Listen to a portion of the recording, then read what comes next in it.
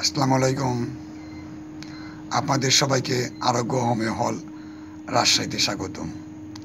আজ আমি আপনাদের সামনে র্যাক্স ৭৩ ওষুধ নিয়ে আলোচনা করব। র্যাক্স ৭৩ মূলত হার্নিয়ার জন্য অত্যন্ত কার্যকর একটি পাকিস্তানি মেডিসিন। আপনার স্ক্রিনে দেখতে পাচ্ছেন র্যাক্স ৭৩।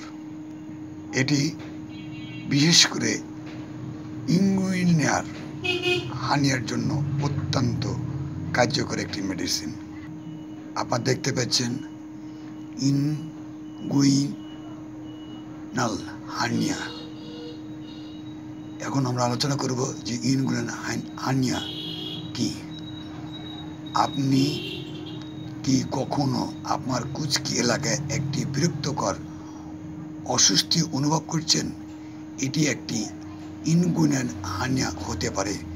এটি সাধারণ অবস্থা যা বিশ্বব্যাপী লক্ষ লক্ষ মানুষকে প্রভাবিত করেছে। একটি ইনগুইনাল হার্নিয়া রোগের বিকাশ ঘটে যখন পেটের টিস্যু যেমন অন্তর অংশ পেটের পেশি একটি দুর্বল স্থানের মধ্যে দিয়ে ধাক্কা দেয়। ওই অবস্থা যে কারো হতে পারে, তবে এটি পুরুষের মধ্যে বেশি দেখা যায়। এটি যদি চিকিৎসা না করা হয় তবে জটিল সমস্যা হতে পারে। ইনগুইনাল হার্নিয়ার বিভিন্ন ধরন, যেমন উপসর্গ এবং কেন তা বিকাশ ঘটে তা অন্বেষণ করি। হার্নিয়া সাধারণত দুই প্রকারের হয়: পরোক্ষ ইনগুইনাল হার্নিয়া। এগুলি সার্বিক পরিচালিত। সমস্ত ইনগুইনাল হার্নিয়া প্রায় 40% এর জন্য দায়ী। এগুলি ঘটে যখন পেটের বিষয়বস্তু গভীর ইনগুইনাল রিং দিয়ে ইনগুইনাল খালে প্রবেশ করে।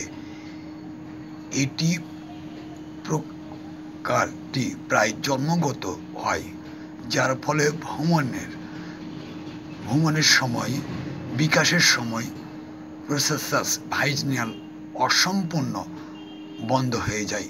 পরোক্ষ ইনগুইনালগুলি অল্প বয়স্ক রোগীদের মধ্যে বেশি দেখা যায় এবং ডান ইনগুইনাল হার্নিয়া হিসাবে আরও ঘন ঘন ঘটে থাকে।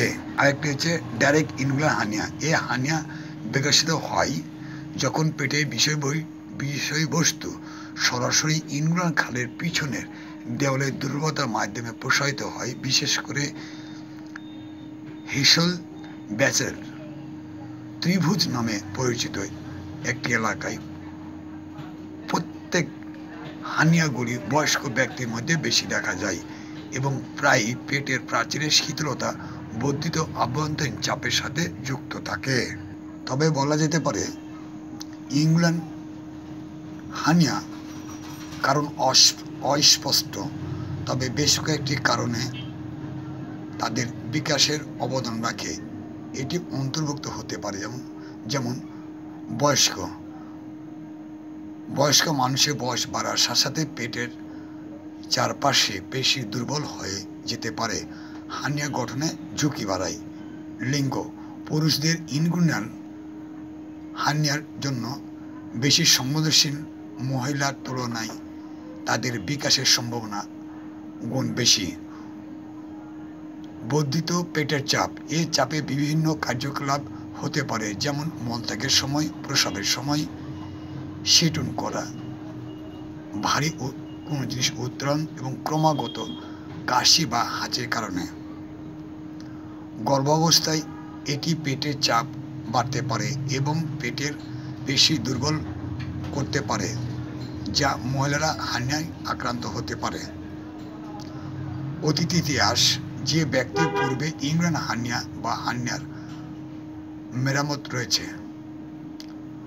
অন্যান্য ঝুঁকি কারণ এর মধ্যে একটি অন্তর্ভুক্ত হল হার্নিয়ার ইতিহাস, সাদা হাওয়া, কম বডি মাস ইন্ডেক্স এবং অকাল জন্ম ও ওজন জন্মের ইতিহাস।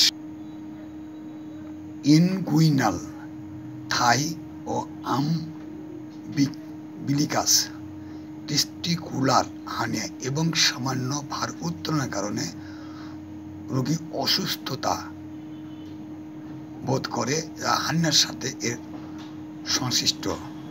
বিশ্রাম এবং অতিরিক্ত ভার উত্তোলনের কারণে ইনগুইনালে ব্যথা এবং টেস্টিকুলাস হাং এবং ব্যথাযুক্ত।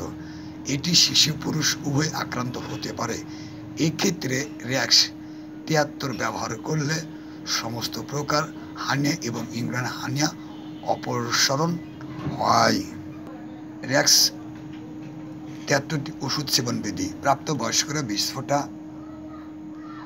শিশুরা 10 ফোঁটা 1 ডোপ পরিমাণমতো পানিতে মিশিয়ে 4 ঘন্টা পরপর সেবন করুন, অথবা একজন রেজিস্টার্ড হোমিওপ্যাথি চিকিৎসকের পরামর্শ সেবন করুন।